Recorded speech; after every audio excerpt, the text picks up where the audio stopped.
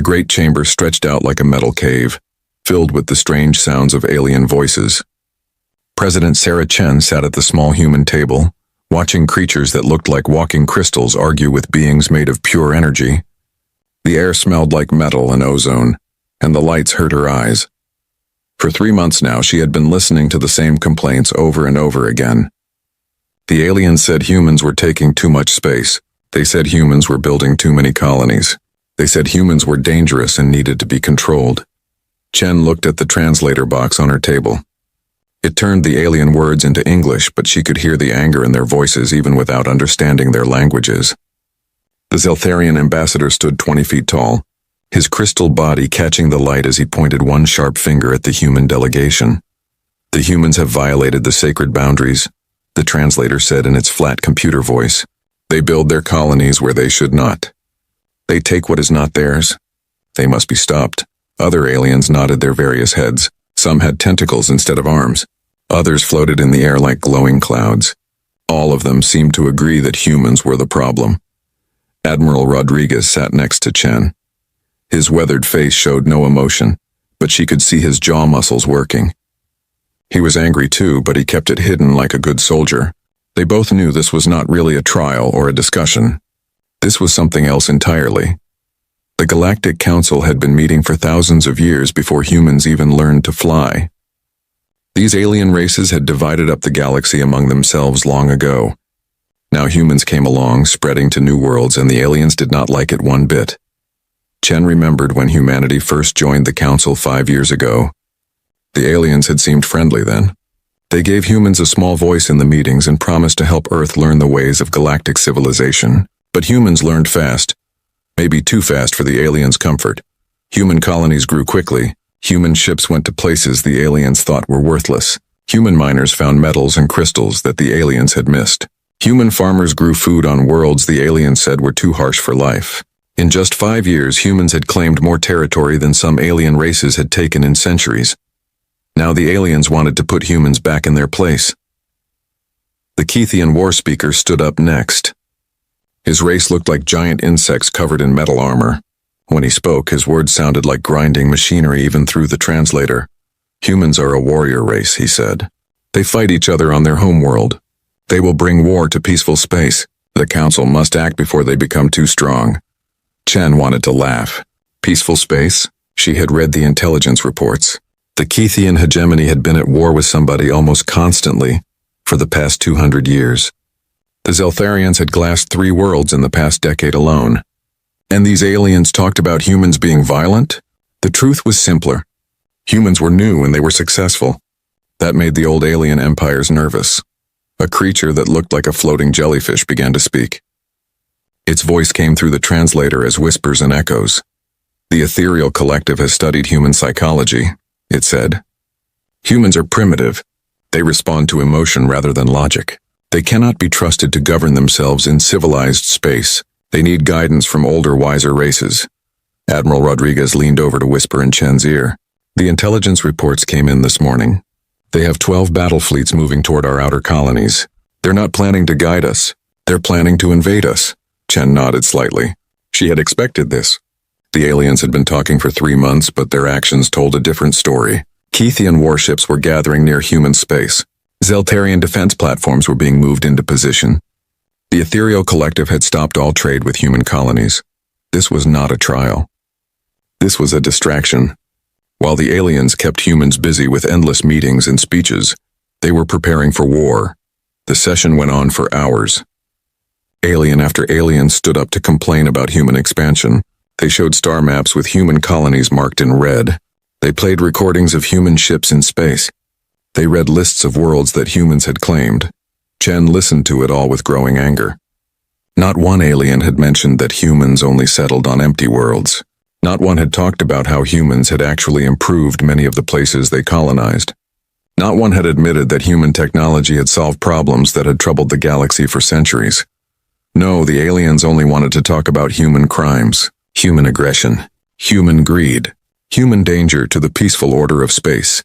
The Zeltharian ambassador was speaking again. His crystal body flashed with angry light as he gestured toward the human table. Humans reproduce too quickly, he said. Human colonies grow too fast. If we allow this to continue, they will outnumber all other races within a century.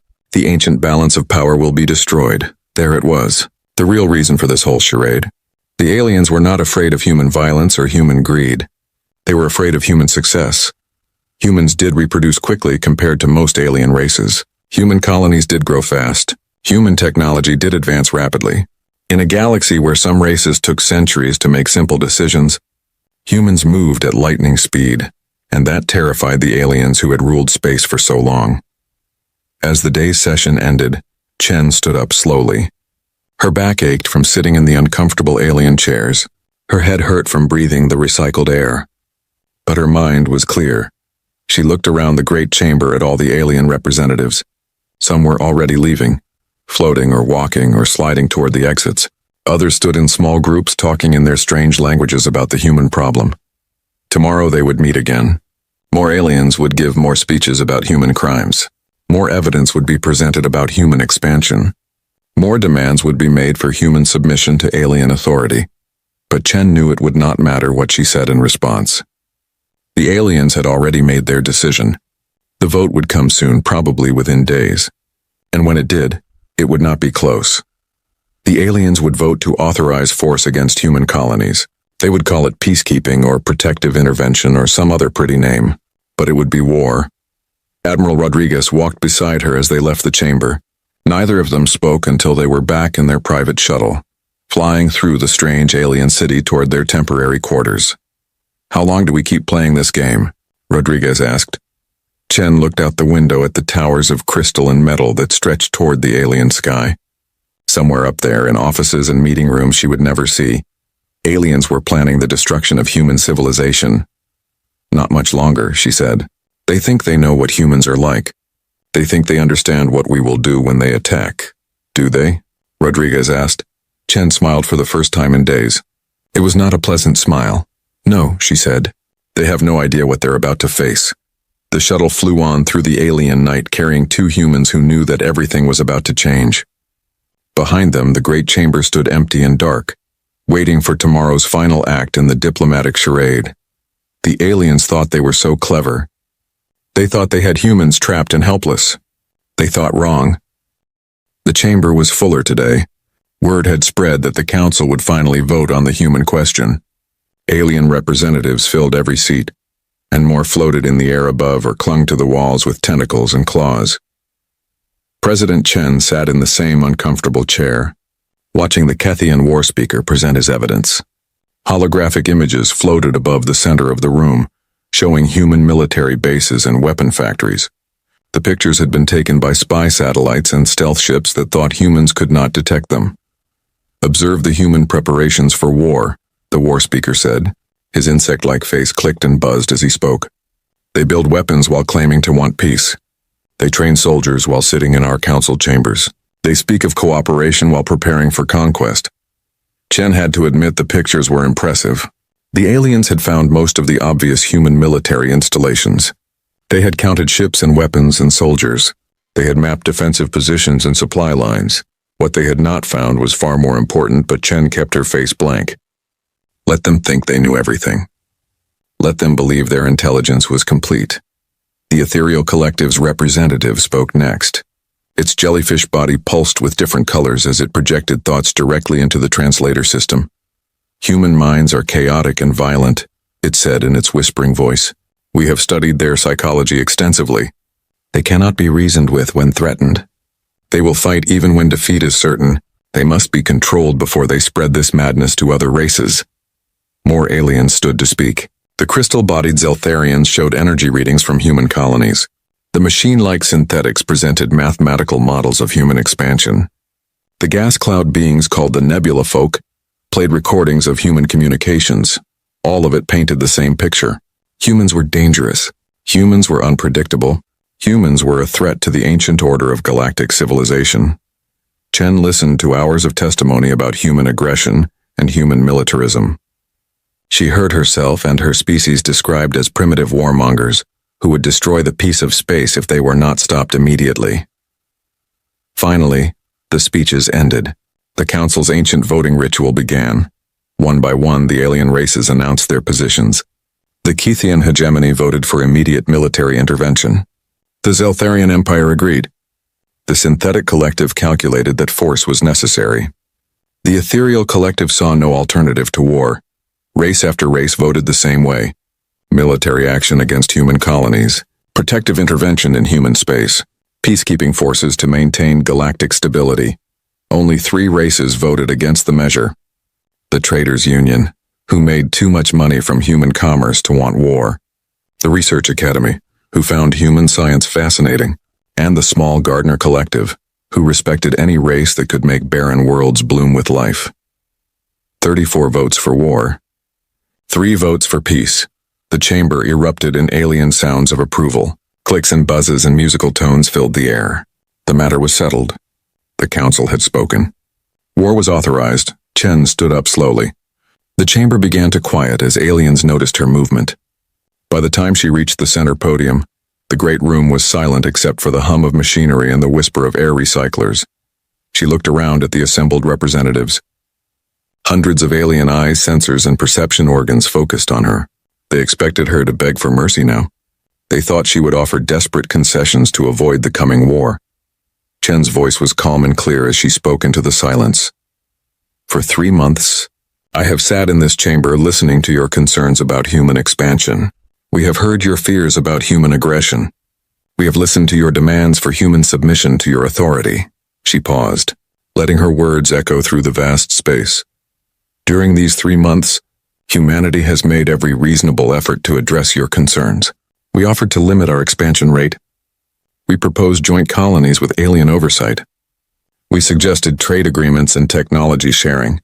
We even offered to accept council observers on our most sensitive military installations. The aliens shifted uncomfortably. Some had forgotten about the human offers of compromise. Others had dismissed them as meaningless gestures. But you were never interested in compromise, were you? Chen continued. You have been moving military forces toward human space since before these meetings began. You have positioned invasion fleets around our colonies. You have prepared for war while pretending to negotiate for peace. The Keithian war speaker started to protest. But Chen's voice cut through his mechanical buzzing. You think you know what humans are like. You think you understand our nature. You believe we are primitive creatures who will surrender when faced with superior force. Chen's smile was cold as winter starlight. You have studied our psychology. You have analyzed our behavior. You have calculated our military strength. But you have missed the most important thing about humanity. The chamber was dead silent now. Even the machinery seemed to hold its breath. You want to know what humans are really like? You want to see our true nature? You want to understand why your ancestors should have left us alone on our little blue world? Chen's voice rose, carrying to every corner of the great chamber.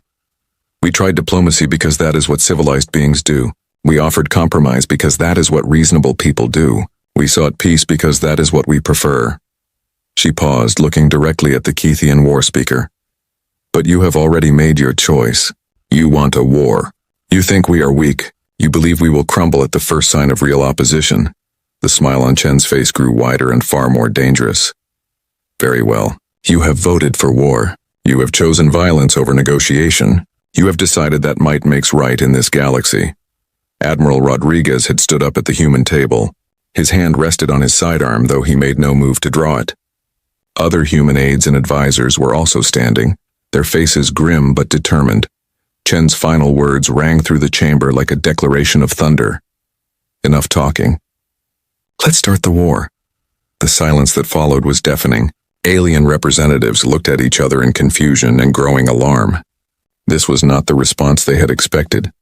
Humans were supposed to beg for mercy, not issue challenges. Chen turned and walked back toward the human table. Her delegation fell in behind her, moving with military precision toward the chamber's exit. The Zeltharian ambassador found his voice first. President Chen, surely you cannot mean... Chen stopped and looked back at the crystal being. I mean exactly what I said. You want to see what humans are really like when pushed to war? You want to test our resolve and our capabilities? You want to measure your superior technology and ancient wisdom against our primitive aggression? Her voice echoed through the chamber one final time. Congratulations. You are about to get your wish. The human delegation left the chamber in perfect formation, their footsteps echoing like drumbeats in the sudden silence. Behind them, Hundreds of alien representatives sat frozen in shock and dawning fear. They had expected surrender. They had planned for capitulation. They had prepared for easy victory over a young and inexperienced race. Instead, they had just declared war on the most dangerous species the galaxy had ever seen. They just did not know it yet. The great chamber remained silent for a long time after the humans left. When the aliens finally began to speak again, their voices were full of uncertainty and growing dread. The war they thought would be over in weeks was about to teach them things about humanity that would haunt their nightmares for generations to come. Admiral Kethvar commanded the greatest battle fleet in Kethian history. 800 warships followed his flagship through the dark space between stars, heading toward the human home system. The fleet was so large it took 3 hours for all the ships to pass through a single jump point. Kethvar stood in his command chamber, studying the tactical displays with satisfaction. His intelligence officers had counted only 200 human warships in the entire Sol system. The humans had some orbital defense platforms, but nothing that could stop a force this size. The plan was simple. Jump into the outer edge of the human system, demand immediate surrender, and when the humans refused, destroy their military forces in a quick battle. After that, the human government would have no choice but to accept council authority. It would be over in days, maybe hours. The humans were young and inexperienced. They had never fought a real war against an advanced alien civilization. When they saw the size of the Kethian fleet, they would understand how hopeless their situation was. "Admiral, we are approaching the jump point to the Sol system," reported his navigation officer. "All ships, prepare for battle deployment," Kethvar ordered. "Remember, we want to disable their ships if possible. Dead humans cannot work in our labor camps." The fleet jumped into normal space at the edge of the solar system. Sensors immediately began scanning for human vessels and defensive positions. What they found made no sense at all. "Admiral?" The sensor officer's voice was confused and frightened. "I am detecting massive energy signatures throughout the system. Far more than our intelligence indicated." Kethvar's 4 eyes focused on the main display screen. What he saw there changed everything. The space around them was full of human ships. Not hundreds of ships. Thousands of ships. They emerged from behind asteroids and moons, rose up from the surface of planets, and uncloaked from positions throughout the system. "How many?" Kethvar demanded. "Still counting, Admiral. Over 3,000 confirmed contacts and more appearing every second." That was impossible. Human space could not support that many warships. Their entire civilization was barely 2 centuries old. They did not have the resources or the technology to build such a massive fleet. But the sensor readings did not lie. The human ships were there, real and solid and armed with weapons that were already beginning to lock onto Kethian targets. A communication signal reached the flagship. The face that appeared on the screen was an older human male, wearing the uniform of Earth's military. His gray hair was cut short and his eyes were hard as steel. "I am Admiral Rodriguez of the Earth Defense Force," the human said. "You have entered our territory with hostile intent. You have 30 seconds to withdraw, or we will consider your presence an act of war." Kethvar laughed, a harsh clicking sound that filled his command chamber. "Human, you are outnumbered and outgunned. We represent the authority of the Galactic Council. Surrender immediately and your deaths will be quick." Admiral Rodriguez smiled. It was not a pleasant expression. "You wanted to see human nature, Admiral. Here it is." The communication ended. A second later, every human ship in the system opened fire. Kethvar had fought in dozens of battles across 3 centuries of warfare. He understood space combat better than any Kethian alive. But what happened next broke every rule of military science he had ever learned. The human ships moved wrong. Instead of forming orderly battle lines like civilized races, they swarmed around the Kethian fleet like angry insects. They used the gravity of planets and moons to achieve impossible speeds, slingshotting around celestial bodies to attack from unexpected angles. Human weapons were wrong too. Instead of the standard plasma cannons and particle beams that every advanced race used, the humans threw rocks. Actual asteroids, accelerated to incredible speeds by magnetic launchers. The kinetic impact of a mountain-sized rock moving at a significant fraction of light speed could destroy any ship ever built. But the worst part was how the humans fought. They showed no fear, no hesitation, no mercy. Kethian ships that tried to surrender were ignored. Damaged vessels that attempted to retreat were hunted down and destroyed. The humans fought like creatures that enjoyed the act of killing. "Admiral, the carrier Bone Crusher is reporting massive hull breaches," his communications officer reported. "The dreadnought Death's Hand has lost main power. The escort squadron covering our port flank has been completely destroyed." Kethvar watched his beautiful fleet being torn apart by creatures he had thought were primitive savages. Human ships darted between his heavy vessels like small fish among sharks, too fast and agile for the Kethian gunners to track effectively. One human vessel, much smaller than his flagship, came directly at them through a storm of defensive fire. Kethvar watched in amazement as the tiny ship avoided every shot, using debris from destroyed vessels as cover. "What are they doing?" he demanded. "Unknown, Admiral. The ship appears to be on a collision course. Destroy it." Every weapon on the flagship opened fire at the approaching human vessel. Plasma bolts and particle beams filled the space around it, but somehow the ship kept coming. At the last second, it spun away from the flagship's hull and dropped something against the armor. "What did they—" Kethvar began. The explosion tore a hole in his flagship's side big enough to fly a shuttle through. Emergency alarms screamed throughout the ship as atmosphere and crew members were sucked into space. "Boarding charges," his tactical officer reported in disbelief. "They are using old-fashioned explosives attached to our hull."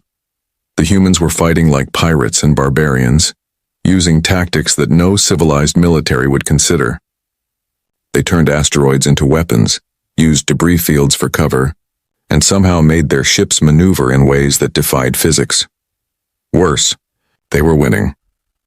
"Admiral, we have lost over 200 ships," his operations officer reported. "Enemy casualties appear minimal. They are coordinating their attacks with perfect precision." Perfect precision. That was the most terrifying part. Despite fighting like wild animals, the humans showed perfect military coordination. Every attack was timed to maximum effect.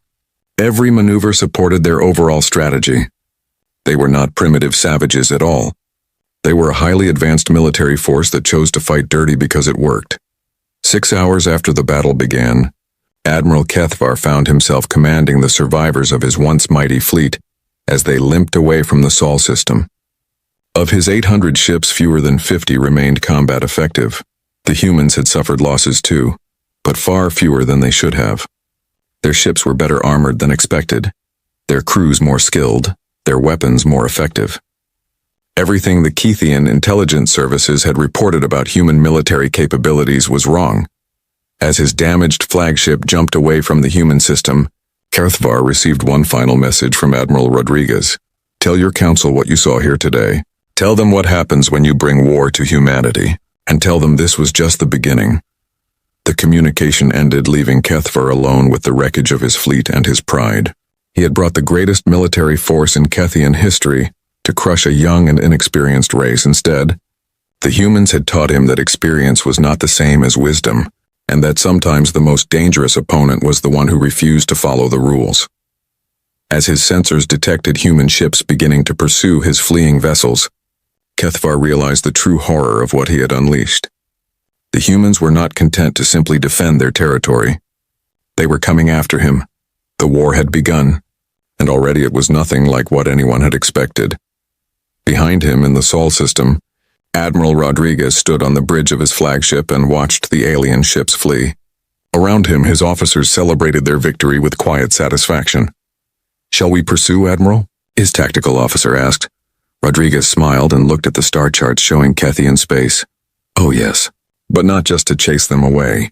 It's time to show the galaxy what humans do to people who attack our families." The real war was about to begin, and the aliens had no idea what they had awakened. The first reports reached the Galactic Council 3 days after the Battle of Sol. Admiral Kethvar's broken transmission was barely coherent, filled with impossible claims about human fleet sizes and devastating losses to the Kethian armada. The council members dismissed it as the ravings of a defeated commander trying to excuse his failure. 800 ships could not be destroyed by a primitive human fleet. The reports had to be exaggerated, the casualties inflated to cover military incompetence. Then the second wave of reports arrived. Human fleets had attacked simultaneously across 12 different star systems. Kethian military bases were under siege. Seltharian crystal cities were burning. Synthetic manufacturing worlds had gone silent. The impossible was happening everywhere at once. In the council chambers, panic replaced the confident discussions of human surrender.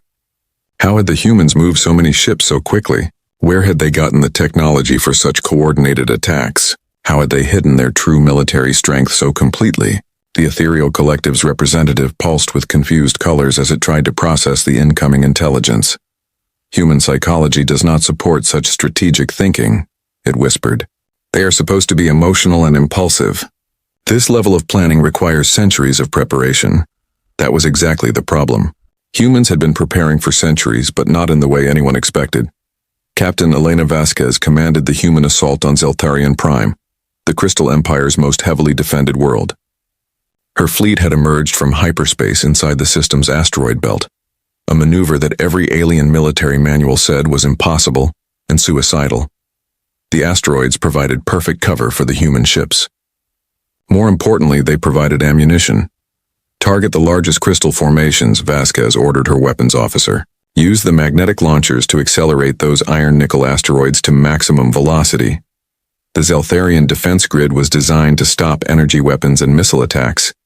It was not prepared for mountain-sized rocks traveling at 20% of light speed. The first asteroid impact shattered a defense platform that had protected the crystal world for 1,000 years. Captain, the Zeltharians are broadcasting surrender offers, her communications officer reported. Vasquez studied the tactical display. The crystal beings were offering to negotiate, to discuss terms, to find a peaceful solution to the conflict. Remind them that they had 3 months to negotiate, she said coldly. They chose war instead. Now they get to see what war looks like. The human fleet systematically dismantled the Zeltharian defenses with brutal efficiency. Every time the crystal beings tried to surrender, the humans ignored them. Every plea for mercy was met with more asteroid bombardment. This was not the civilized warfare that galactic races had practiced for millennia. This was total war, fought by creatures who understood that the enemy had tried to destroy their entire civilization. On the far side of Keithian space, Admiral Chen Wang was demonstrating another aspect of human warfare that the aliens had never encountered. His fleet did not engage in grand battles or siege warfare. Instead, they struck like ghosts, appearing without warning to destroy supply convoys and communication stations. The Keithians are trying to reinforce their core worlds, Wang's intelligence officer reported. 3 major fleets are converging on their capital system. Wang smiled as he studied the enemy movement patterns. The Keithians were thinking like traditional military commanders, concentrating their forces to defend their most important worlds.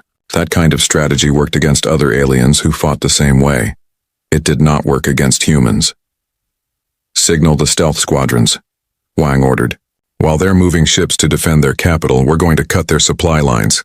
A fleet without fuel and ammunition is just expensive scrap metal. Human ships appeared throughout Kethian territory like deadly phantoms.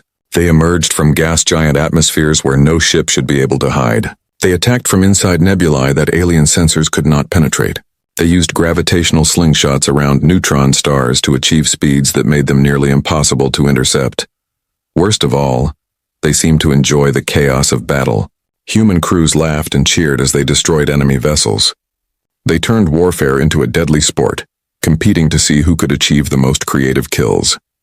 The synthetic collective tried to counter human tactics with mathematical precision. Their artificial intelligence calculated optimal defensive positions and predicted human attack patterns. It should have worked. Machine logic should have been superior to human emotion and intuition, but humans did not fight logically. They made decisions that no computer could predict. They took risks that any rational analysis would reject. They turned their supposed weaknesses into devastating advantages. Commander Sarah Kim led the assault on the synthetic core world, a planet covered entirely by machine cities and manufacturing centers. Her ships dove through the planet's atmosphere, using the air itself as cover against enemy sensors. They say synthetics are trying to establish a defensive perimeter around their central processing facility, her tactical officer reported. Kim studied the enemy positions with predatory interest. The machines had formed perfect defensive lines, with overlapping fields of fire and optimal spacing between units. It was exactly what their programming told them to do. Drop the gravity bombs, Kim ordered. The weapons fell through the planet's atmosphere like metal rain. When they detonated, they did not explode in the traditional sense. Instead, they created localized gravity, fields strong enough to crush buildings and tear apart the carefully organized machine formations. The synthetics had never encountered weapons that used gravity as a destructive force. Their shields and armor were designed to stop energy and kinetic attacks, not the fundamental forces of physics themselves. Within hours, the machine world's defenses had collapsed. The synthetic collective's central processing facility, which had coordinated their entire civilization for thousands of years, was reduced to twisted metal and sparking circuits. News of the defeat spread through alien space like a plague. The humans were not just winning battles. They were destroying entire civilizations with casual efficiency.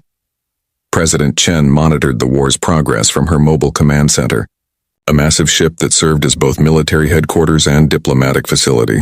Reports flowed in from every front, each one detailing another human victory. The Keithian government is requesting a ceasefire, her chief of staff reported. They want to negotiate a peaceful settlement. Chen looked at the star chart showing human fleet positions throughout alien space. In just 3 weeks, humanity had gone from defending a single system to threatening the heart of multiple galactic empires. "Tell them we'll consider their request," she said, "after we finish what they started." The aliens had spent 3 months talking about human aggression and primitive violence. They had voted for war, believing that superior technology and ancient wisdom would ensure easy victory. Now they were learning what human aggression really looked like when unleashed. Against an enemy that had tried to destroy their civilization, they were discovering that sometimes primitive violence was more effective than advanced tactics. Most importantly, they were realizing that they had awakened something in humanity that could not be easily put back to sleep. The war that was supposed to last days had become a nightmare that consumed entire star systems. And the humans were just getting started.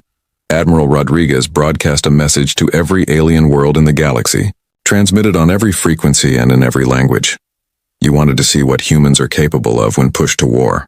You wanted to test our resolve and measure our strength. Congratulations. You're getting a complete demonstration. His face was calm, but his eyes burned with cold fire. This could have been avoided. We offered peace, compromise, and cooperation. You chose violence instead. Now you get to live with the consequences of that choice. The message ended, leaving billions of alien beings to contemplate the horror they had unleashed upon themselves. The galaxy was learning that there were worse things than human expansion and human colonies. There was human vengeance, human warfare, and human determination to finish what others had started. And the lesson was far from over. 18 months after President Chen declared war in the council chambers, the same alien representatives gathered again. But this time, they met aboard the human dreadnought Indomitable, orbiting the ruins of what had once been the Keithian capital world. The great warship was 10 kilometers long and bristled with weapons that had never existed in alien nightmares. Its hull was scarred from dozens of battles, but it flew proudly through space like a monument to human determination. President Chen sat at the head of a long conference table in the ship's diplomatic section. Around her sat Admiral Rodriguez, Fleet Commander Vasquez, and other human military leaders whose names had become legends of terror throughout alien space. Across from them, the alien representatives looked very different than they had 18 months ago. The proud Keithian war speaker now wore the simple robes of a defeated enemy. His insect-like eyes were dull with exhaustion and despair.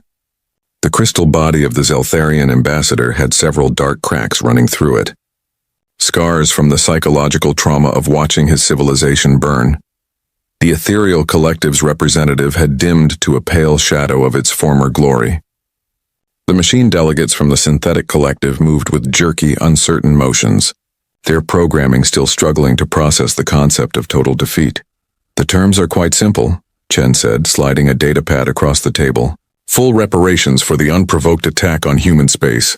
Recognition of all human territorial claims, including the systems you said we could never have. Immediate withdrawal of all military forces from the border regions." The Keithian delegate's claws clicked nervously against the table surface. "These terms. They will bankrupt our empire. Our people will suffer for generations." Chen's expression did not change. "Your people chose to attack our families.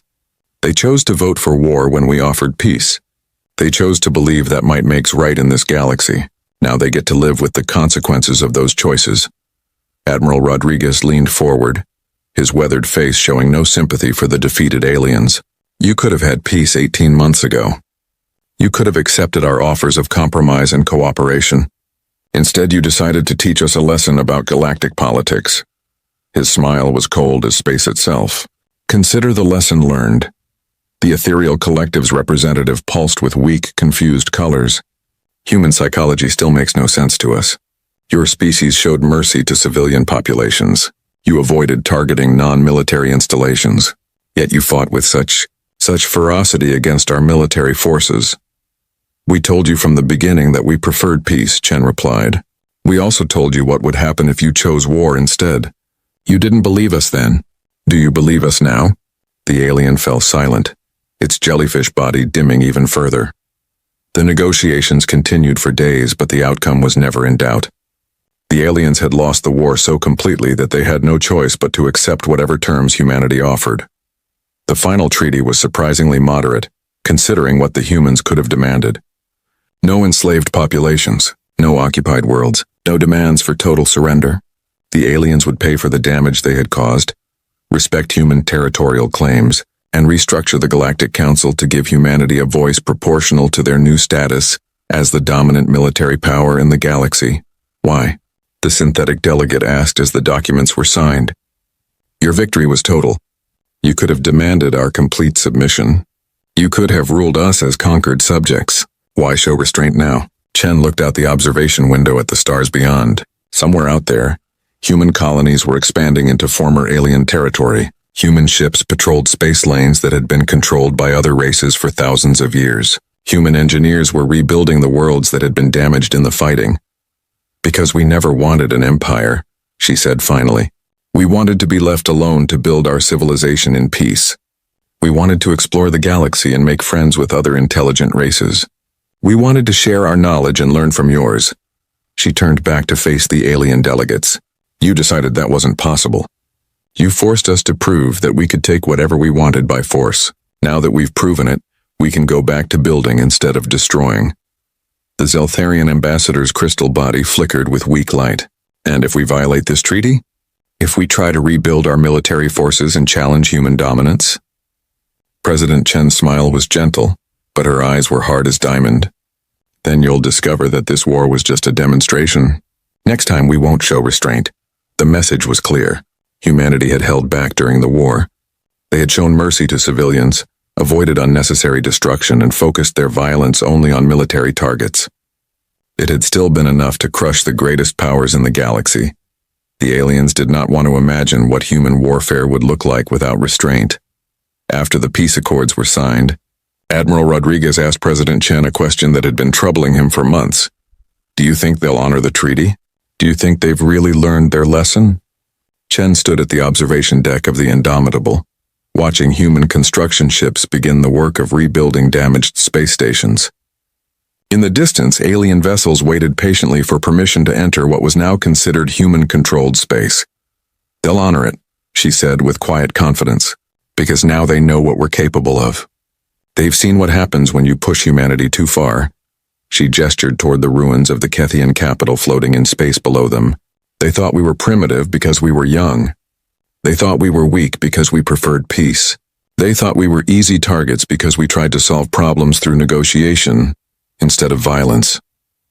Her voice carried the weight of 18 months of warfare that had reshaped the galaxy. Now they know better. They've learned that humans don't start wars, but we finish them. They've discovered that our preference for peace doesn't mean we can't fight. They've seen what human ingenuity can accomplish when directed toward warfare instead of exploration. Rodriguez nodded, but his expression remained troubled. And what about us? What has this war done to humanity? Chen was quiet for a long moment, considering the question. The war had changed humanity too. They had discovered capabilities they never knew they possessed. They had learned to fight with a ferocity that surprised even themselves. They had proven that they could be as ruthless as any alien empire when their survival was threatened. We've learned who we really are, she said finally. We've learned that we can be poets and warriors, builders and destroyers, peaceful explorers and terrible enemies. We've learned that our greatest strength isn't our technology or our intelligence. It's our refusal to give up when someone tries to destroy everything we've built. A communication alert chimed, interrupting her thoughts.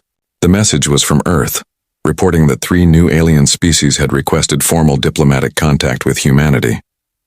They wanted to establish trade agreements, scientific exchanges, and mutual defense pacts. Word of the war's outcome had spread throughout the galaxy. Races that had never considered humans worthy of notice now wanted to be their allies. Civilizations that had dismissed human achievements now sought human protection. The galaxy has changed, Rodriguez observed. We're not the newcomers anymore. We're the dominant power. Every alien race will measure themselves against us now. Chen smiled, but it was a weary expression. Leadership had been easier when humanity was just another small voice in the council chambers. Now they had responsibilities to the entire galaxy. Then we'd better make sure we deserve the position, she said. We fought this war to protect our right to exist and grow in peace. Now we have to prove that we can use our power wisely.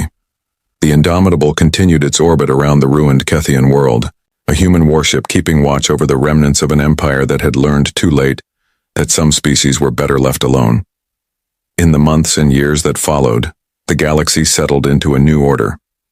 Human colonies expanded at an even faster rate, but now with the blessing of species that had once opposed them, human technology advanced by studying captured alien equipment, but it was shared freely with allied races. The Galactic Council was restructured with humanity, holding the position of military leadership that the Kethian hegemony had once claimed. But humans used that position differently, focusing on exploration and peaceful development rather than conquest and domination. Sometimes, though, when alien races forgot the lessons of the war and began to threaten human colonies or allied worlds, the galaxy was reminded of what humanity was truly capable of. Those reminders were brief, decisive, and absolutely terrifying. The war that was supposed to put humanity in its place had instead put humanity at the head of galactic civilization, and everyone knew exactly how they had earned that position. The age of human dominance had begun, forged in the fires of a war that aliens had started but humanity had finished. Kethivar pressed his face against the cold metal of the viewing window. Space stretched endlessly before him, filled with stars that had watched over the galaxy for billions of years. But today something new moved through that ancient darkness. Ships. Human ships. They looked wrong. Every other species in the coalition built their vessels with smooth curves and gleaming surfaces. These human ships were different. They had sharp edges and rough metal plating. Burn marks covered their hulls like battle scars. They moved through space like angry predators hunting for prey. Ugly things, aren't they? Admiral Zexthal's voice made Kethivar turn around. The tall blue-skinned Zenthari officer stood behind him, all 4 arms crossed over his chest. Hard to believe these primitives think they can help us fight the Void Swarm. Kethivar nodded slowly. As an ambassador of the Altarian Republic, he had seen many species join the coalition over the years. Most came with advanced technology and elegant solutions to complex problems. The humans brought crude fusion engines and weapons that threw metal chunks at high speed. It seemed almost insulting that they wanted to join the greatest military alliance in known space. The council approved their request, Kethivar said carefully. They must see something in them. Desperation, Zexthal replied with a bitter laugh. We've lost 12 worlds to the Void Swarm in the past year. At this point, we'd accept help from space pirates if they offered. The docking bay doors opened with a deep rumble that Kethivar felt in his bones. The largest human ship moved inside like a sleeping giant waking up. Its metal hull was scratched and dented from countless battles. Strange symbols were painted on its side in what looked like human writing. Kethivar couldn't read the words, but something about them seemed aggressive. I should go meet them, Kethivar said. The council wants a full report on their capabilities. Good luck with that, Zexthal muttered. Try not to let them smell your fear. The comment confused Kethivar, but he didn't have time to ask what it meant. The airlock was already cycling through its sequence. In a few minutes he would meet humanity for the first time. The airlock door opened with a soft hiss. 2 humans stepped through, and Kethivar immediately understood what Zexthal had meant about smelling fear. These creatures looked like predators. They walked on 2 legs like Altarians, but their movements were different. More controlled, more dangerous. The first human was older, with gray hair and lines around his eyes. He wore a dark uniform covered in metal badges. When he looked at Kethvar, his gaze was steady and calculating. This was clearly their leader. Admiral Hyunwoo Kim, the human said, extending his hand. Kethvar had learned about this greeting ritual from the briefing files. He reached out and shook the offered hand, trying not to flinch at how strong the human's grip was. Ambassador Kethvar of the Altarian Republic, he replied. Welcome to Coalition Station Theta 7. The second human stepped forward. She was younger than the Admiral, with short black hair and dark eyes that seemed to notice everything. Commander Da-eun Park, she said simply. Her handshake was just as firm as her superiors. We're grateful for the opportunity to serve alongside the Coalition, Admiral Kim said. His words were polite, but something in his tone suggested he didn't really need anyone's permission to do anything. Of course, Kethvar replied. Perhaps you'd like to see our command center. Admiral Zexthul is preparing a briefing on our current tactical situation. The humans followed him through the station's corridors. Kethvar noticed how they moved differently from other species. Most Coalition members walked in relaxed groups, chatting about their families or their homeworlds. The humans moved in formation, always watching the spaces around them. They kept their hands near their weapons. The command center was the heart of the station. Holographic displays showed the positions of Coalition fleets across 3 star systems. Red markers indicated worlds that had fallen to the Void Swarm. There were too many red markers.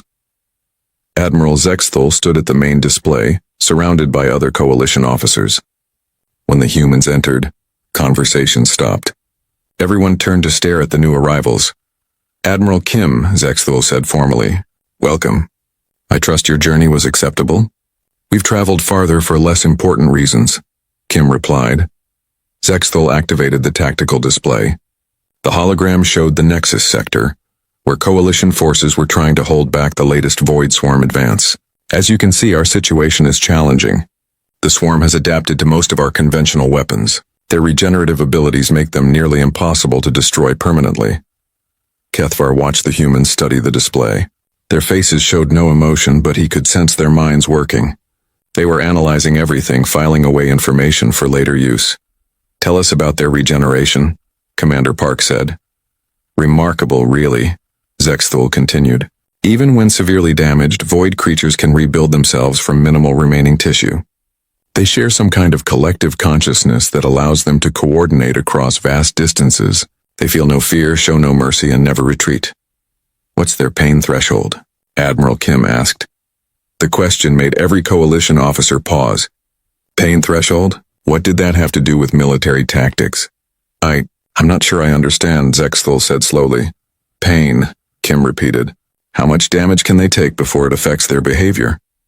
They don't experience pain the way we do, Zexthul explained. That's part of what makes them so dangerous. You can't shock them or demoralize them. They just keep coming until they're completely destroyed. Kim nodded thoughtfully. Interesting. Commander Park leaned forward to study the tactical display more closely. These coordination networks, she said. Are they based on biological connections or some kind of energy field? Energy, we think, replied Captain Vortek, a Mentari scientist. They seem to communicate through quantum entanglement across space-time. Can that communication be intercepted? We've tried, but their signals are too complex to decode. What about disrupted? The Coalition officers exchanged glances. They had spent years trying to understand the Void Swarm's communication system. The humans had been here for 10 minutes and were already asking questions that no one had considered. We request immediate deployment to the front lines, Admiral Kim said suddenly. That might not be wise, Zexthul replied. Your forces are inexperienced with this enemy. Perhaps some training exercises first? We learn better under actual combat conditions, Commander Park said. Her voice was calm, but there was something in her eyes that made Kethvar uncomfortable. Very well, Zexthul agreed reluctantly. I'll assign Ambassador Kethvar as your liaison. He can observe your methods and report back to the Council. Kethvar felt his stomach drop. Being assigned to the humans felt less like an honor and more like a punishment. But he nodded professionally. I look forward to working with you. Admiral Kim smiled, and Kethvar wished he hadn't. There was something predatory about that smile. Something that suggested the humans knew exactly what they were getting into, and they were looking forward to it. So do we, Ambassador, Kim said. So do we. As the briefing continued, Kethvar found himself studying the humans more carefully. They asked detailed questions about void swarm biology, behavior patterns, and weaknesses, but their questions were different from what coalition strategists typically asked. They weren't interested in elegant solutions or minimal casualties. They were interested in causing maximum damage. The meeting ended with deployment schedules and supply requisitions. As the various officers filed out, Kethvar lingered near the humans. "Is there anything else you need to know about the void swarm?" he asked. Admiral Kim looked at him with those calculating eyes. "Just one thing, Ambassador." "What's that?" Do they dream? The planet Kethmore looked like a wound in space. What had once been green fields and blue oceans was now a twisted landscape of black crystal and writhing shadows. The void swarm had been feeding on this world for 3 weeks, turning everything they touched into more of themselves. Kethvar sat in the human dropship, trying not to look at the planet below. The ship shook and rattled as it cut through the atmosphere. Every other coalition transport he'd traveled in had smooth, quiet rides. This human machine sounded like it was falling apart. "First time in a real combat zone?" Captain Jinho Lee asked from the seat across from him. The human officer was young, but moved with the confidence of someone who had seen many battles. "I've been in combat situations before," Kethvar replied, though his voice sounded less steady than he wanted. "Not like this," said Lieutenant So Young Choi. She was checking her weapon, a crude-looking device that fired metal projectiles. "The void swarm doesn't fight like other enemies. They get inside your head." Through the small window, Kethvar could see coalition forces on the ground. Elegant energy weapons fired bright beams at shadowy creatures that seemed to absorb the light. The coalition soldiers moved in perfect formations, using tactics that had worked against conventional enemies for centuries. They were losing badly. "Coalition Command, this is Reaper 1. Captain Lee spoke into his radio. "We're 30 seconds from the drop zone. Request immediate support on the eastern flank. Reaper 1 Coalition Command. Eastern flank is compromised. Void creatures have possessed 3 of our hover tanks. Recommend you divert to secondary landing zone." "Negative, Command.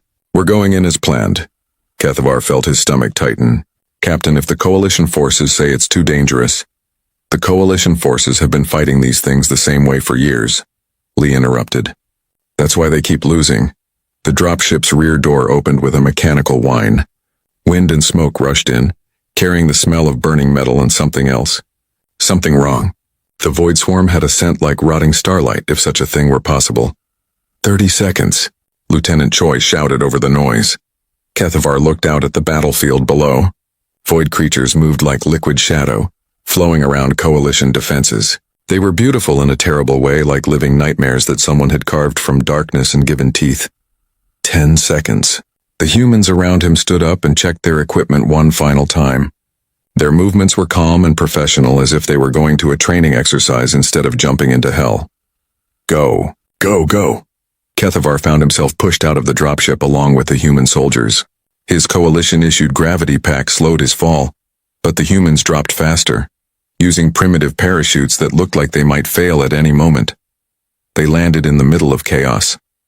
Coalition soldiers were retreating from 3 directions while void creatures pursued them. The shadowy monsters flowed over the ground like spilled ink, absorbing energy weapon fire without slowing down. "Form up on me," Captain Lee shouted. The human soldiers quickly arranged themselves in a tight formation. They didn't look scared. They looked hungry. A coalition officer ran toward them, his blue skin pale with fear. "You need to fall back," he gasped. "The eastern defenses have collapsed. We can't hold them." "Where are the creatures coming from?" Lee asked calmly. "Everywhere. They're using our own equipment against us. 3 hover tanks, 2 artillery pieces." "I didn't ask what they took," Lee interrupted. "I asked where they're coming from." The coalition officer pointed toward a ridge covered in writhing shadows. "There's some kind of spawning ground over there, but we can't get close enough to..." "Thank you." Lee turned to his soldiers. "Reaper Squad, advance on the ridge. Standard hunter-killer formation." "Captain," Kethvar said urgently, "the coalition has been trying to reach that position for days. You can't just watch us." The humans began moving forward while everyone else was retreating. They didn't use energy weapons like the coalition forces. Instead, they carried projectile weapons that fired metal bullets and explosive shells. Primitive technology that seemed almost insulting compared to the advanced energy systems that the void swarm was absorbing. Group of void creatures noticed the advancing humans and flowed toward them like a dark tide. Kethavar expected the humans to open fire immediately, but they waited. The creatures came closer. Closer. Now, Lee said quietly. The humans opened fire with everything they had, but they weren't aiming to kill. They were aiming to wound. Their bullets tore into the void creatures, damaging but not destroying them. The wounded creatures writhed and twisted, making sounds that Kethavar had never heard before. Sounds like screaming. Capture nets now, Lieutenant Choi ordered. The humans threw weighted nets over the wounded creatures, trapping them. The void monsters thrashed against the restraints, their movements becoming more frantic as they realized they couldn't escape. What are you doing? Kethavar asked in horror. Research, Captain Lee replied calmly. He pulled out a small device that looked like a medical scanner. We need to understand what makes them tick. The captured void creatures were making more noise now. The sounds they produced weren't quite screams and weren't quite roars. They were something worse. They were the sounds of things that had never known pain suddenly learning what agony meant. Other void creatures in the area began behaving strangely. Instead of their usual coordinated advance, they started moving erratically. Some stopped advancing entirely. Others began backing away from the human positions. Fascinating, Lee murmured, studying his scanner readings. Lieutenant, increase the frequency on specimen 3. Choi adjusted something on a small device attached to one of the nets. The trapped creature's struggles became more violent, and the sounds it made grew louder. The reaction from other void creatures was immediate. The entire swarm in the area began retreating toward the ridge, moving in confused, panicked patterns instead of their usual smooth coordination. Captain Lee, Kethavar said, his voice shaking. What exactly are you doing to those creatures? Teaching them about fear, Lee replied. Every species in the galaxy knows fear. Even these things, they just forgot what it felt like. A coalition hover tank that had been possessed by the void swarm suddenly stopped moving. The dark energy that had been controlling it seemed to withdraw, leaving the vehicle empty and silent. Sir, one of the human soldiers called out. The possessed equipment is going offline. Whatever you're doing, it's working. Good. Begin Protocol Nightmare. Full implementation. Protocol Nightmare? Kethavar asked. Standard human military doctrine, Lieutenant Choi explained. When fighting an enemy that doesn't understand fear, you teach them. When fighting an enemy that doesn't feel pain, you show them what they're missing. More human dropships appeared in the sky, carrying additional troops and equipment. But this wasn't normal military equipment. These were mobile laboratories, field research stations, and things that Kethavar couldn't identify but instinctively knew he didn't want to understand. The humans began setting up their equipment with mechanical efficiency. They treated the captured void creatures like scientific specimens, studying their reactions to various stimuli. Every scream, every twitch, every sign of distress was recorded and analyzed. This is wrong, Kethavar said to Captain Lee. These things may be our enemies, but this is torture. Lee looked at him with those calm, predatory eyes. Ambassador, do you know how many coalition worlds the void swarm has consumed? 12, but do you know how many coalition soldiers have died fighting them? That's not the point. It is exactly the point. Lee's voice remained steady, but something cold had entered it. The coalition has been fighting fair against an enemy that devours entire civilizations. How's that working out? Across the battlefield, the void swarm's retreat was accelerating. Creatures that had never shown fear in recorded history were fleeing from the sounds of their captured kin. The coalition forces, confused but grateful, began advancing to reclaim lost ground. We're winning, Kethavar said weakly. Yes, Lee agreed. We are. As night fell over Kethmore, the humans continued their work. They had established a perimeter around their research stations, using the sounds of tortured void creatures as a weapon more effective than any energy cannon. Kethavar sat in the human command post, writing his initial report. Outside, he could hear the ongoing experiments. The void creatures were learning about pain, about fear, about concepts they had never encountered in their billions of years of existence. And somewhere in the darkness beyond the human perimeter, the rest of the void swarm was learning those lessons too. Get some sleep, Ambassador, Captain Lee said, settling into a chair next to him. Tomorrow we begin the real work. What's the real work? Lee smiled that predatory smile again. Tomorrow we teach them about nightmares. The underground bunker felt like a tomb. Kethavar followed Colonel Taehyun Song through corridors carved from solid rock, deep beneath the surface of Kethamore. Emergency lighting cast strange shadows on the walls, and the air recyclers hummed with a sound that reminded him too much of the void creature's screams. The Coalition built this facility as a fallback position, Song explained as they walked. When we arrived, it was empty except for some automated defense systems, perfect for our needs. They had been underground for 3 days since the successful defense of the planet's surface. The Void Swarm had retreated to deep space, leaving behind only scattered remnants hiding in caves and abandoned buildings. The Coalition called it a victory. The humans called it an opportunity. What exactly are your needs? Kethavar asked, though he wasn't sure he wanted to know the answer. Song stopped at a heavy blast door marked with human symbols. He pressed his hand against a scanner and the door opened with a soft hiss. Understanding, Ambassador. We need to understand our enemy completely. The room beyond the door made Kethavar's blood freeze. It looked like a medical facility, but everything was wrong. Tables held void creatures in various states of containment. Machines monitored their vital signs while other devices subjected them to different types of stimuli. The creatures were alive but restrained, their dark energy forms held in place by some kind of electromagnetic field. Welcome to Research Division, said Major Yoon Ji-han, looking up from a console covered in readouts.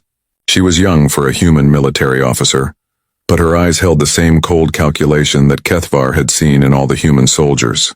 We've learned more about the Void Swarm in 3 days than the Coalition discovered in 20 years. Kethavar forced himself to look at the nearest table. The captured creature writhed against its restraints, producing that terrible not-quite scream that he had heard on the battlefield. Electrodes connected to its form transmitted data to monitoring equipment. What are you doing to it? He asked. Learning what makes it afraid. Major Han replied matter-of-factly. Everything fears something, Ambassador. Even things that have spent eons consuming galaxies. We just have to find the right frequency. She gestured to a wall display showing wave patterns and data streams. The void creatures communicate through quantum-entangled energy fields. But those same fields that connect them also make them vulnerable. When one experiences trauma, they all feel echoes of it. Colonel Song joined them at the display. Show him the breakthrough, Major. Han's fingers moved across her control panel. On the screen, a 3-dimensional map appeared showing void creature locations across several star systems. Red dots marked known swarm positions. Watch this, Han said. She activated something on her console. The creature on the nearest table began thrashing more violently. Its screams grew louder and more desperate. On the display screen, the red dots representing distant void creatures began moving erratically. Some disappeared entirely. They're retreating, Kethavar whispered. From 12 light-years away, Song confirmed. The quantum connection that makes them so coordinated also makes them incredibly vulnerable to psychological warfare. When we cause enough distress to one creature, the entire local network feels it. Kethavar watched the display in horrified fascination. Across multiple star systems, void creatures were abandoning their positions and fleeing deeper into space, all because of what was being done to a single captured specimen in an underground bunker. This is... He started, then stopped. He didn't have words for what this was. Effective, Han finished for him. The Coalition has been fighting a physical war against a psychological enemy. We're correcting that mistake. They moved to another section of the facility. Here, humans in white coats worked at stations that looked more like torture chambers than scientific equipment. Each station held a different type of void creature, and each was being subjected to different experiments. We've identified 17 distinct subspecies within the swarm, Song explained. Each responds to different stimuli. The larger command variants are particularly sensitive to isolation anxiety. The smaller drones experience something analogous to claustrophobia. A human technician looked up from his work. Colonel Specimen 7 is showing interesting responses to the fear frequency modulation. Should we proceed to the next phase? Proceed, Song ordered. The technician made an adjustment to his equipment. The void creature at his station began producing new sounds, more complex and desperate than before. On monitors throughout the room, distant swarm formations began breaking apart and scattering. Fear is contagious for them, Han explained. Their quantum network was designed to share strength and coordination, but it also shares weakness and terror. We're using their greatest advantage against them. Kethavar felt sick. How can you do this? Yes, they're our enemies, but this is systematic torture. Colonel Song turned to face him directly. Ambassador, how many civilians died when the Void Swarm consumed the Centauri colonies? 47 million, Kethavar replied automatically. How many when they devoured the rings of Altair? 112 million. And how many coalition soldiers have died fighting them with conventional weapons? Kethavar knew the numbers by heart. Every coalition citizen did. Over 8 million in the past decade. Now tell me. Song's voice remained calm but carried a weight that made Kethavar step back. How many human soldiers have died since we began using these methods? Kethavar realized he didn't know the answer. None, Song continued. 0 human casualties since we started teaching the Void Swarm about fear. Our methods may offend your moral sensibilities, Ambassador, but they work. They moved to a final section of the facility. Here the equipment looked different, more sophisticated.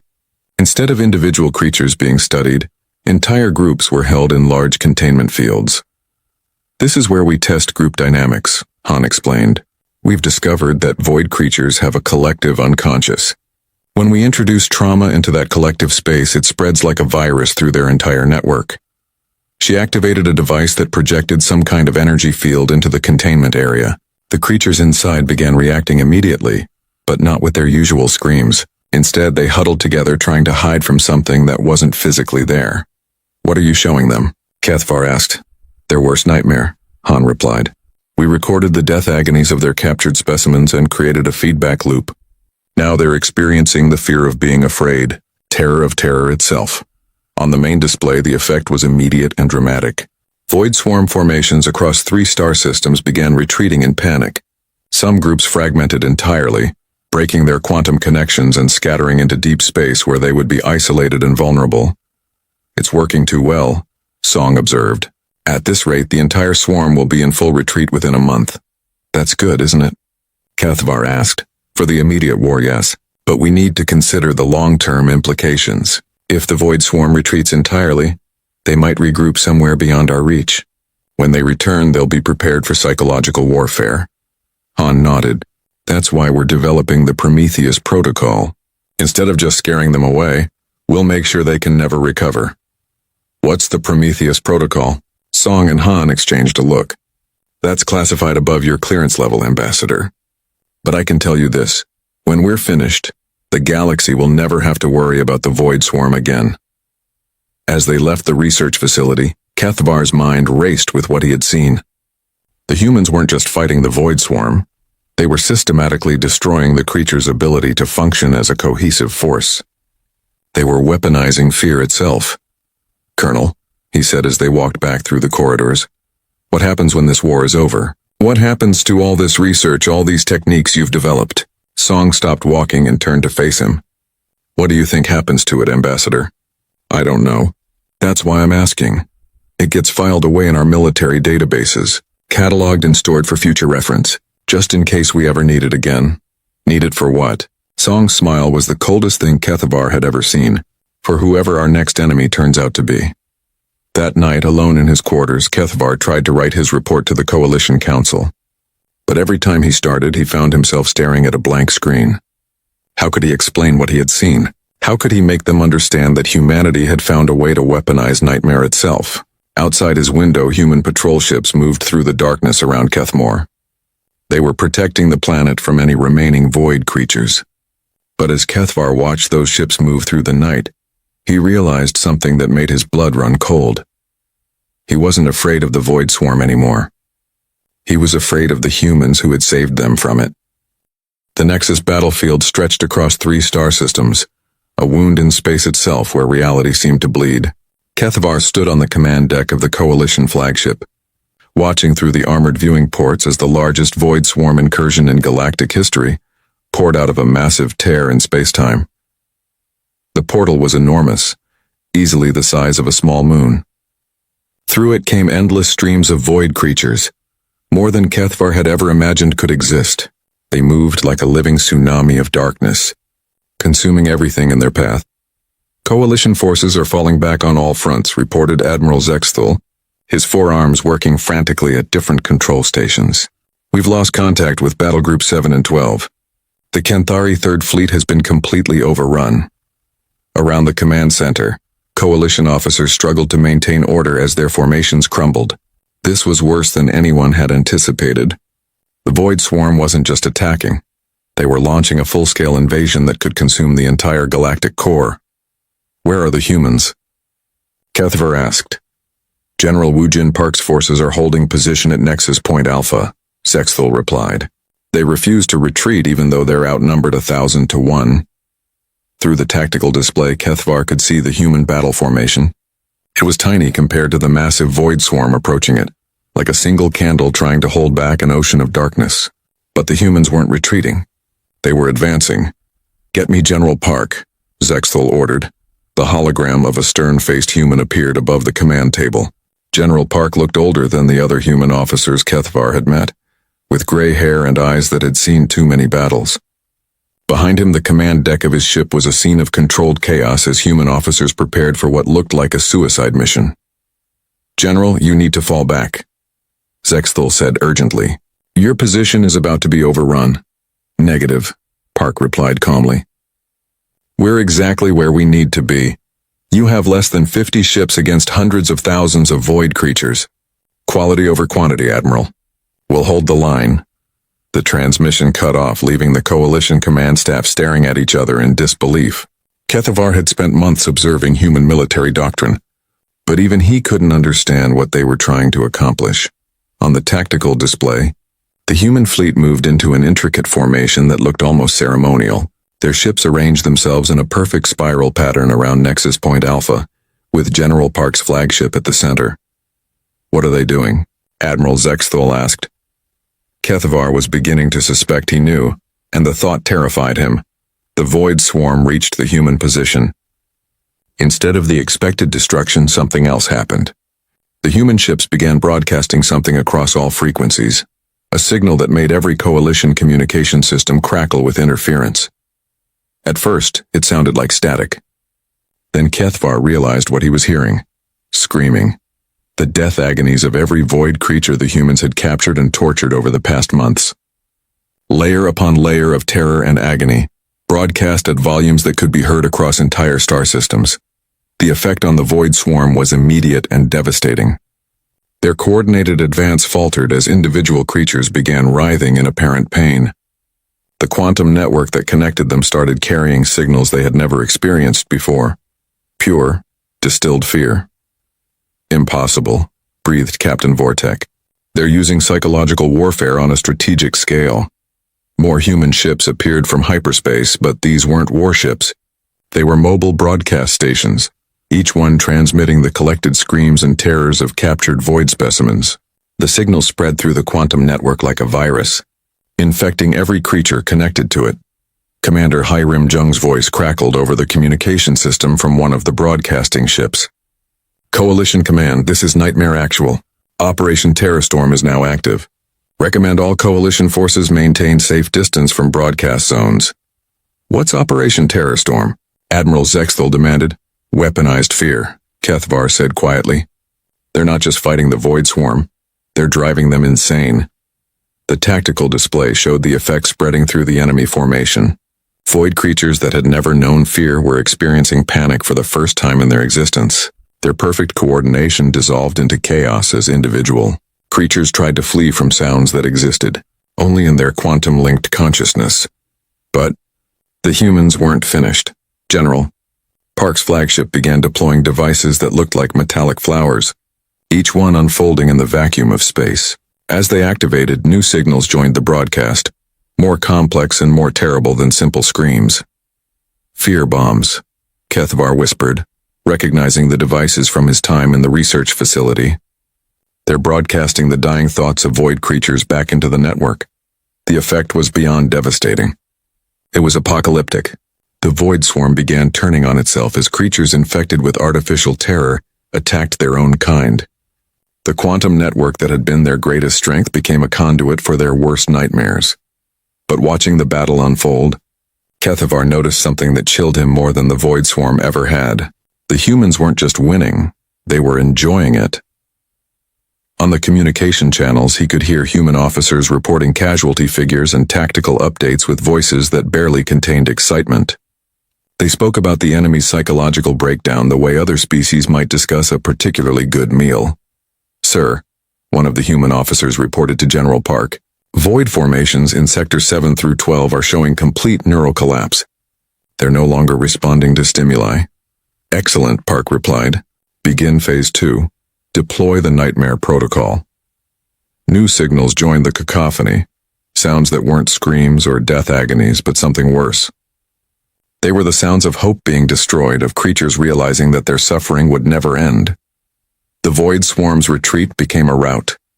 Creatures that had consumed galaxies fled in terror from an enemy that had weaponized their own consciousness against them. The massive portal began to collapse as the beings controlling it lost coherent thought. "Coalition forces, advance," Admiral Zexthul ordered, his voice filled with awe and horror in equal measure. As coalition ships moved forward to reclaim lost territory, they found battlefields covered with the remains of void creatures that had literally died of fear. Others had retreated so far into their own quantum network that they had become catatonic, unable to function in physical reality. General Park, Admiral Zexthul called over the communication system. "Your tactics were effective. Thank you, Admiral. But we're not done yet." "What do you mean?"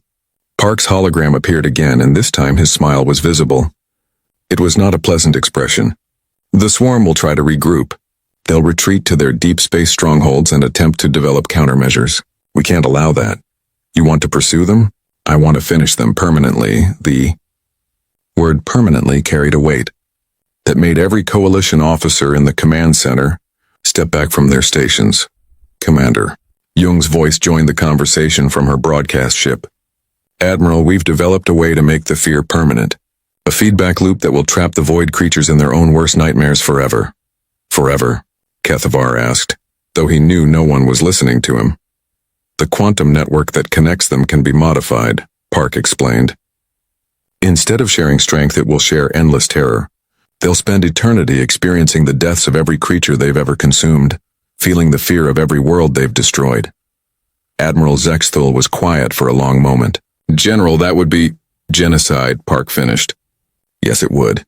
Do you have a problem with that?" The silence in the Coalition Command Center was deafening. Every officer present knew what the Void Swarm had done to countless civilizations. They had devoured entire species, consumed whole galaxies without mercy or remorse, but this... "No," Admiral Zexthul said finally. "No, General. I don't have a problem with that." As the human forces began their next phase of operations, Kethavar found himself staring out at the battlefield. The Void Swarm was in full retreat, fleeing from an enemy that had turned their greatest strength into their worst weakness. But the humans weren't satisfied with victory. They wanted to ensure that their enemy could never threaten anyone again, ever. And as Kethavar watched General Park coordinate the deployment of devices that would trap billions of creatures in eternal nightmares, he realized something that made his hands shake. The humans weren't just winning the war. They were enjoying every moment of it. The Coalition command ship Eternal Vigil hung in orbit around Calum Prime like a metal moon. Through the massive viewing ports of the main conference room, Kethavar could see the planet below, green and blue and alive.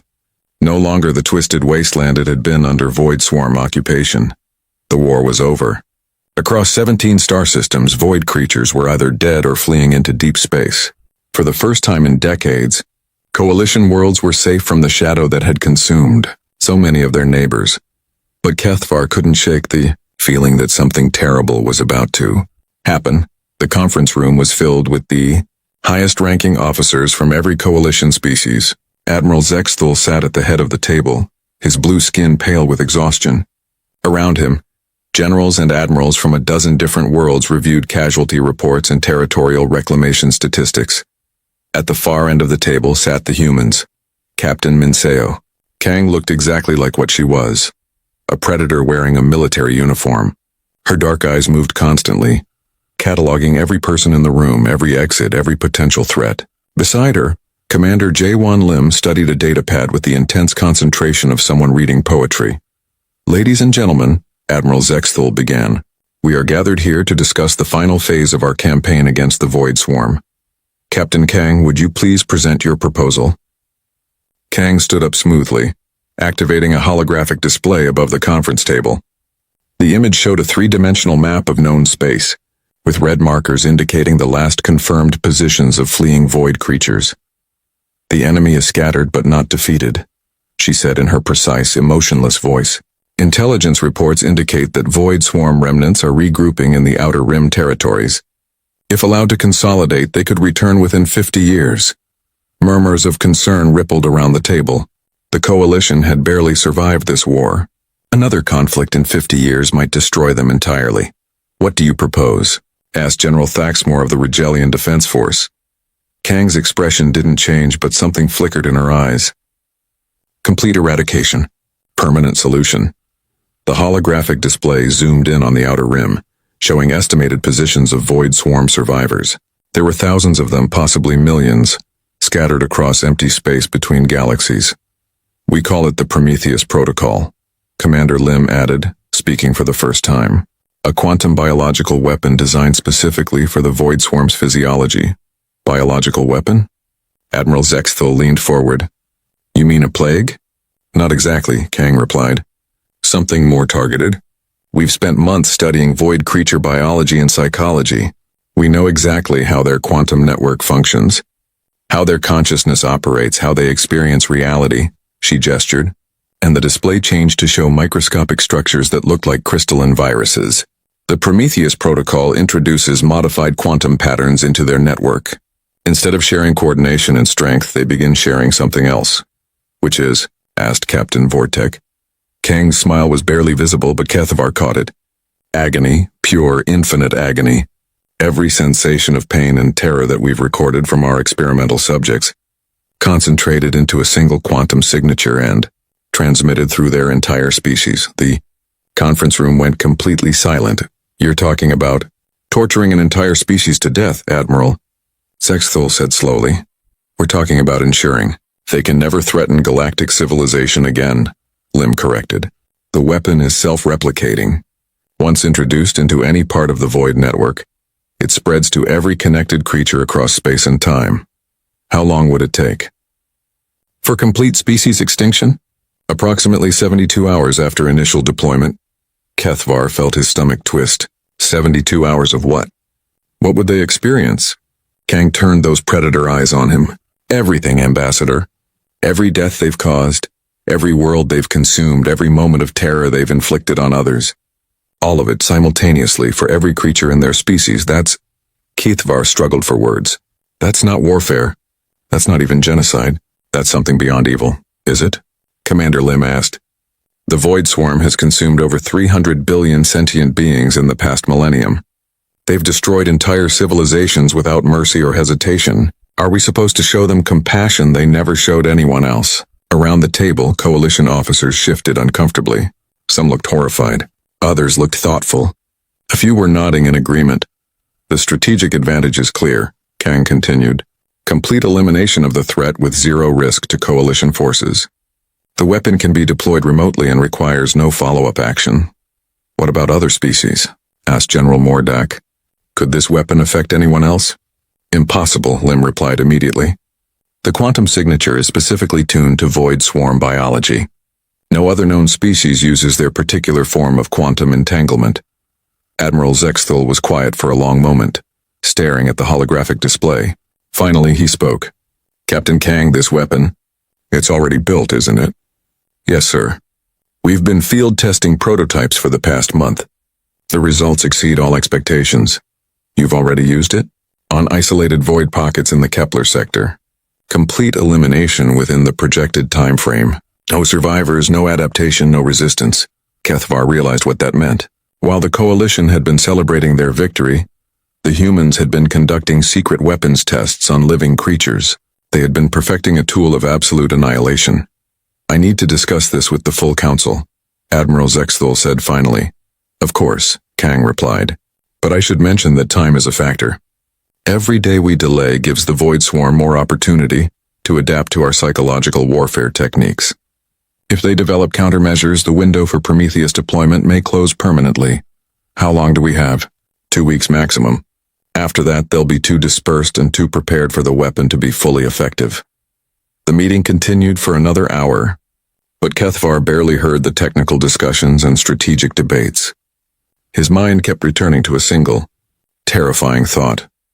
The humans had created a weapon that could erase an entire species from existence in 72 hours of unimaginable suffering, and they were proud of it. After the meeting, Kethvar found himself walking through the ship's corridors in a daze. He passed coalition officers from dozens of worlds, all of them discussing the proposed Prometheus protocol. Some were horrified by its implications, others saw it as a necessary evil, but none of them seemed to understand what Kethvar had realized during the presentation. The humans hadn't created this weapon to end the current war. They had created it to ensure that no one would ever dare to start another war with humanity. Ambassador Kethvar. He turned to find Captain Kang approaching him, her footsteps silent on the metal deck. Captain, you seem troubled by our proposal. Troubled? Kethvar laughed, and the sound was more bitter than he intended. Captain, you just proposed committing the most complete act of genocide in galactic history. Troubled doesn't begin to describe how I feel. Kang studied him with those calculating eyes. Ambassador, may I ask you a question? Go ahead. If the Void Swarm had possessed this weapon, would they have hesitated to use it on us? The question hit Kethvar like a physical blow. That's not the point, isn't it? The only reason we're having this conversation is because we won. If the Void Swarm had been victorious, there would be no moral debate. There would be no coalition. There would be nothing but empty space where our civilizations used to exist. So we should become monsters to defeat monsters? We should become whatever is necessary to protect the people we care about. Kang replied simply. The Void Swarm made their choice when they began consuming galaxies. We're simply completing the logical conclusion of that choice. She turned to leave, then paused. Ambassador, the Coalition Council will vote on the Prometheus Protocol in 3 days. I suspect they'll approve it. When they do, I want you to remember something. What's that? We didn't start this war, but we're going to finish it. As Captain Kang walked away, Kethvar remained in the corridor, staring out through a viewport at the stars. Somewhere out there, the remnants of the Void Swarm were fleeing through deep space, unaware that their fate had already been decided. In 3 days, the Coalition Council would vote on whether to unleash a weapon that would torture billions of creatures to death over the course of 3 days. And Kethvar knew, with cold certainty, that they would vote yes.